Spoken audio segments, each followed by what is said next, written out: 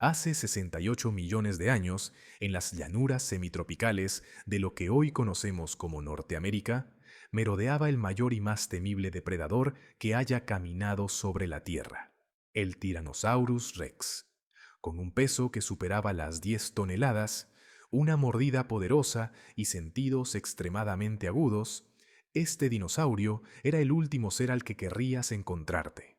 Su visión, 13 veces más aguda que la humana, hacía casi imposible eludirlo. Por lo tanto, si por alguna extraña razón despertaras en Norteamérica durante el Cretácico tardío, tu prioridad inmediata sería huir. Pero menos ¿hacia dónde? Evadirlo no sería tarea fácil. Huir hacia masas de agua sería una mala idea, y dirigirse al sur te pondría frente a los abelisaurios, otro grupo de temibles terópodos. Tal vez aventurarte al norte podría parecer la mejor opción, ya que las bajas temperaturas limitaban la cantidad de dinosaurios amenazantes. Sin embargo, incluso en el Ártico habría otro terópodo esperando. Un pariente cercano del T-Rex que dominaba las regiones polares con la misma ferocidad. Este dinosaurio era el Nanuqsaurus, un tiranosaurio que se ganó su reputación como depredador ártico. El hallazgo de un depredador polar. El descubrimiento de esta criatura fue un golpe de suerte. En 2006, paleontólogos que exploraban la remota formación Prince Creek en Alaska, cientos de kilómetros alejados de cualquier asentamiento humano, encontraron fragmentos de cráneo que incluían un maxilar derecho, un techo craneal y un hueso dentario izquierdo. Estos restos parciales tenían una forma característica que indicaba que pertenecían a un tiranosaurio. Sin embargo, no esperaban encontrar uno en un lugar tan al norte. Inicialmente, los científicos asumieron que los restos pertenecían a un tiranosaurio ya conocido, como el Albertosaurus, el Daspletosaurus o el Gorgosaurus. Pero al preparar el espécimen para su análisis, se dieron cuenta de que se trataba de algo único. Tanto que decidieron clasificarlo como un nuevo género, al que bautizaron Nanuqsaurus, literalmente lagarto polar, debido a su hábitat en el Ártico, pariente cercano del T-Rex. El análisis filogenético demostró que el Nanuqsaurus estaba estrechamente relacionado con el T-Rex, compartiendo características como un cráneo robusto, brazos reducidos y una constitución corpulenta. Sin embargo, había diferencias notables. Era más pequeño, con dientes más delgados hacia la parte posterior de la mandíbula y prominentes crestas óseas sobre los ojos. Además, presentaba adaptaciones únicas, como un cráneo con modificaciones específicas para sobrevivir en climas extremos. Aunque no se ha encontrado evidencia directa, se especula que podría haber estado completamente cubierto de plumas para soportar los inviernos gélidos y oscuros del Ártico, similar a su pariente asiático Yutyrannus, que vivió en climas fríos y tenía un espeso plumaje. Si esta hipótesis es correcta, el Nanuqsaurus podría haber tenido un color claro que lo camuflara en la nieve, dándole un aspecto similar al de un oso polar. Tamaño y fuerza. En un principio, los restos fósiles sugerían que el Nanuqsaurus medía unos 6 metros de longitud y pesaba alrededor de 1 tonelada, lo que lo colocaba entre los tiranosaurios de tamaño medio. Sin embargo, estudios posteriores indican que podría haber sido significativamente más grande, alcanzando los 9 metros de largo y unas 3 toneladas de peso. Esto lo convertiría en el mayor depredador terrestre del Ártico y en uno de los tiranosaurios más grandes conocidos. Algunos paleontólogos incluso especulan que ciertos individuos podrían haber superado los 10 metros de longitud, rivalizando con los ejemplares más grandes de Daspletosaurus. Al igual que otros tiranosaurios, poseía una mordida devastadora. Aunque no se han realizado estudios específicos debido a la escasez de restos, es probable que su mordida fuera capaz de aplastar huesos y arrancar grandes trozos de carne con facilidad, asegurando su lugar como el depredador supremo de su ecosistema. Vida en un entorno extremo. El Nanuqsaurus habitaba un entorno extremadamente hostil. Durante los inviernos árticos enfrentaba temperaturas bajo cero, ventiscas frecuentes y hasta 120 días de oscuridad casi total. Estas condiciones podrían haber impulsado el desarrollo de sentidos más agudos, como una visión excelente y un olfato sobresaliente que le permitían cazar incluso en las peores condiciones. Su región nasal, notablemente desarrollada, sugiere que su capacidad para detectar olores podría haber sido incluso superior a la del T-Rex. En verano, las condiciones eran más favorables, con días de luz constante que facilitaban la reproducción y la caza. A pesar de su entorno extremo, el Nanoxaurus era capaz de prosperar, convirtiéndose en el único dinosaurio con una distribución ubicua en la formación Prince Creek.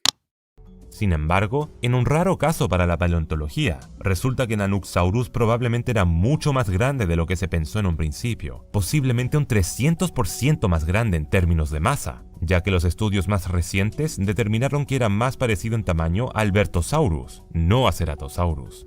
De ser cierto, significa que este gigante polar pesaba alrededor de 3 toneladas y medía hasta 9 metros de largo, lo que lo convertiría en el carnívoro más grande del Ártico de la época, e incluso le otorgaría el título del mayor depredador terrestre que haya vivido en una región polar.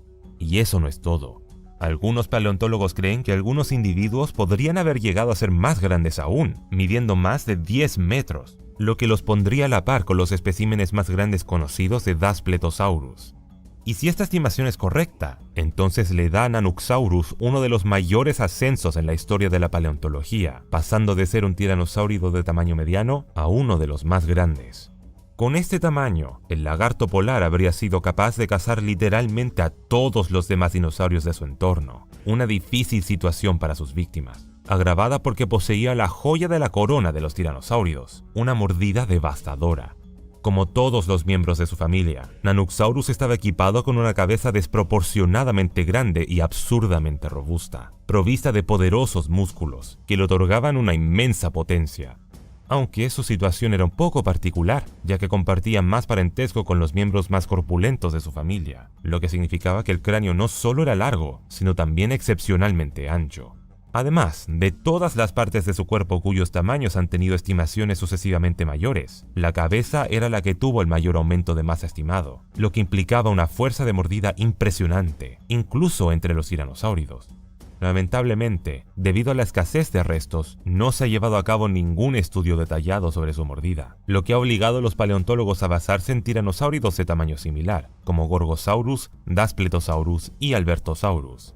Esto no es necesariamente útil. En general, las estimaciones de mordida de estos titanes van desde 10.000 newtons hasta unos asombrosos 40.000 newtons para Gorgosaurus, 2,5 veces más potente que la mordida de un cocodrilo.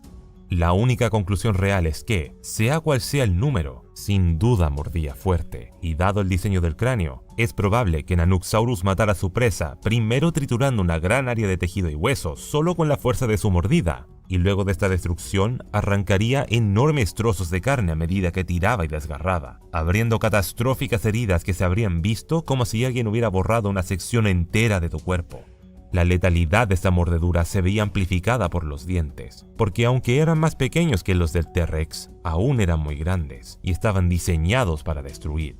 El más grande medía más de 10 centímetros de largo, además de tener una forma curva que aseguraba que la presa mordida quedara enganchada, y finas estrías para que cada mordisco pudiera atravesar varias capas de carne sin encontrar una resistencia significativa. Equipado con tal arma, Nanoxaurus seguramente era capaz de matar o al menos herir de muerte, incluso a los animales más grandes de su entorno, con un solo mordisco bien ubicado. Basándonos en qué otros animales se han encontrado en su entorno, su dieta probablemente consistía en varios hadrosáuridos y ceratópsidos. Sin embargo, de todas las criaturas con las que convivía, es común que se le represente cazando al Pachyrhinosaurus, y frecuentemente se muestra la escena de un Pachyrhinosaurus siendo cazado por varios Nanoxaurus, lo que sugiere que era una criatura gregaria.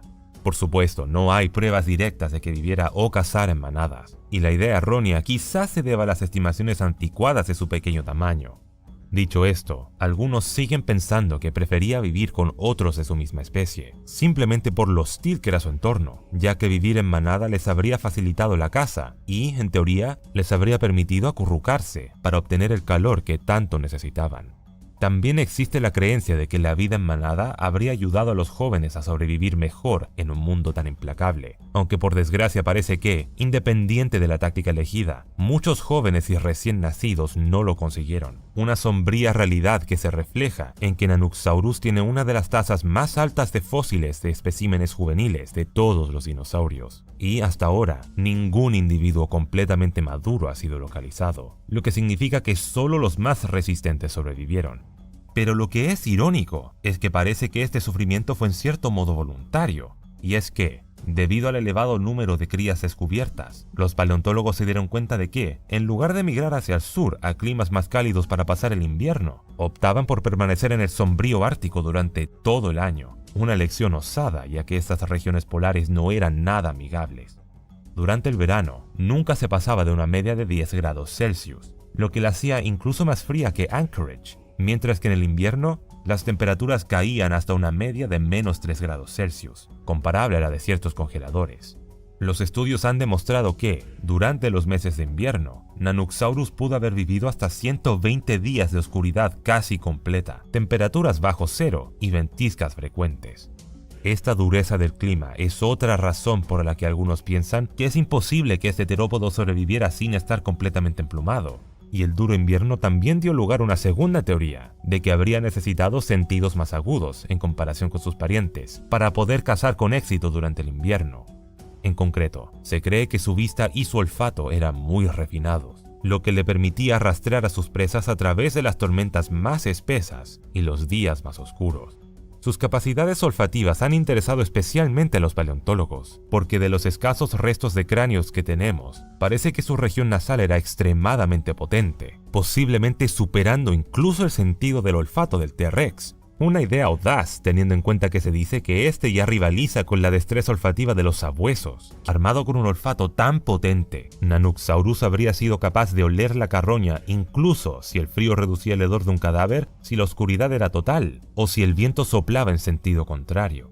Una posible adaptación adicional que podría haber surgido del frío habría sido la estructura de sus patas, porque como estas tierras árticas recibían fuertes nevadas, tiene sentido que este terópodo hubiera evolucionado de alguna manera que le permitiera atravesar sin problemas la nieve pesada, y tal vez pararse en el hielo sin romperlo. Y aunque todavía no se ha encontrado ningún material de las patas que verifique esta hipótesis, un puñado de científicos sigue pensando que pies especializados para conservar mejor el calor, dedos de forma única y piernas poderosas son todas posibles adaptaciones que lo hubieran ayudado a sacar el máximo de partido a su país de maravillas invernal.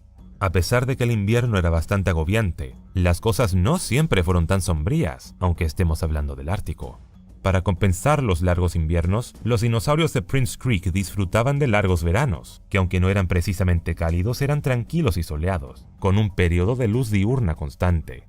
Esta estación estival, al igual que el invierno, parece haber tenido un gran impacto en el funcionamiento de Nanooksaurus, dado que la puesta de huevos se concentraba hacia el comienzo del verano, y su dieta se veía afectada por los patrones migratorios de los animales que decidían no quedarse todo el año.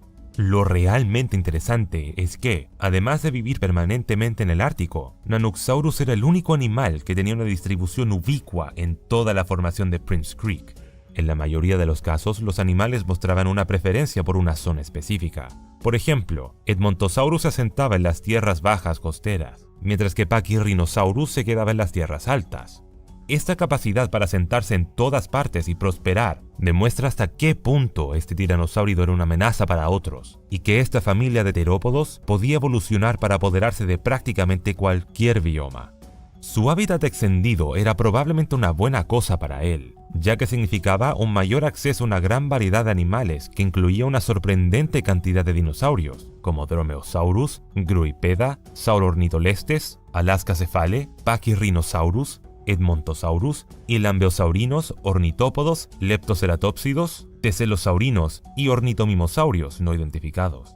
Lo que quizás es aún más sorprendente que la gran diversidad de dinosaurios que lograron sobrevivir ahí fue la gran variedad de no dinosaurios que llamaron a esas tundras su hogar, como Cimolodon, Hypsonyctops, multituberculados, Sicuomis, Unuacomis y más de 60 tipos de árboles. El único grupo que realmente parecía estar ausente de este entorno eran los ectotermos o animales de sangre fría, como serpientes, cocodrilos, anfibios, tortugas y otros reptiles que no pueden generar su propio calor interno y deben depender de fuentes externas, por lo que la región polar no es el lugar más idóneo para ellos. De todos los animales que acabo de mencionar, Nanuqsaurus estaba entre los más grandes, siendo sus únicos rivales Pachyrhinosaurus y Edmontosaurus, mientras se llevaba con ventaja la corona de mayor depredador, pues su competidor más cercano era aproximadamente 140 veces más pequeño, y eso dándole a Saurornitholestes el beneficio de la duda.